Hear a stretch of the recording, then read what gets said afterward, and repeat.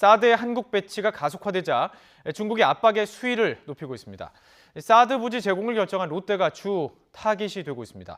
롯데의 경우 중국 홈페이지가 해킹으로 다운이 되는가 하면 유명 온라인몰에서는 롯데마트관이 아예 폐쇄되기도 했습니다. 이런 가운데 중국 관영 매체들은 대놓고 롯데 불매 운동을 부추기고 있습니다. 베이징 연결해서 현지 분위기 한번 살펴보도록 하겠습니다. 박희천 특파원. 네, 베이징입니다. 자, 이 롯데에 대한 공세가 강화되는 것으로 보이는데요. 인터넷 쇼핑몰, 요즘 많은 사람들이 이용하고 있는데 롯데마트관이 아예 폐쇄가 됐다고요. 네, 중국의 징동닷컴이라는 온라인 쇼핑몰이 있는데요. 알리바바의 타오바오와 함께 중국을 대표하는 온라인몰입니다. 징동닷컴이 지난해 7월부터 롯데마트관을 운영해 왔는데 최근 갑자기 사라졌습니다. 징동닷컴은 정확한 폐쇄 이유도 밝히지 않고 있습니다. 앞서 중국 최대 인터넷 쇼핑몰인 타오바오도 지난 1월 롯데관을 폐쇄한 바가 있습니다. 인터넷 쇼핑몰에서 빠지는 것 외에도요. 롯데의 중국 홈페이지가 아예 다운이 됐다고 하는데 이게 해킹 공격이 있었다고요? 네, 롯데그룹의 중국 홈페이지가 지난달 28일 오후부터 다운됐습니다. 방금 전에 기자가 확인해 봤는데 아직도 접속이 되지 않고 있습니다. 해킹 공격을 받은 건데요. 롯데 측은 바이러스를 이용한 외부 해킹 공격이 있었던 것으로 확인됐다고 밝혔습니다. 그런데 이게 롯데뿐만이 아닙니다. 이 삼성, 현대 측에 대한 압박도 현지 언론을 통해서 이렇게 나오고 있죠. 네, 중국 공산당 기관지 인민일보의 자매지인 환구시보란 신문이 있는데요.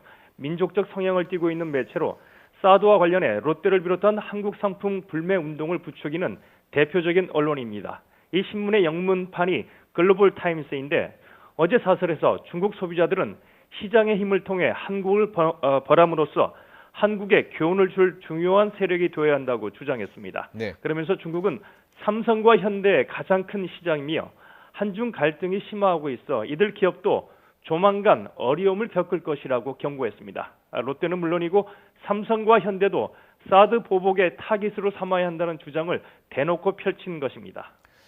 지금 말씀해 주신 이 신문 더 충격적인 이야기를 좀 다룬 것 같습니다. 한국에 대한 무력 공격까지 거론했다고요? 네, 이 또한 글로벌 타임스에 실린 내용인데요.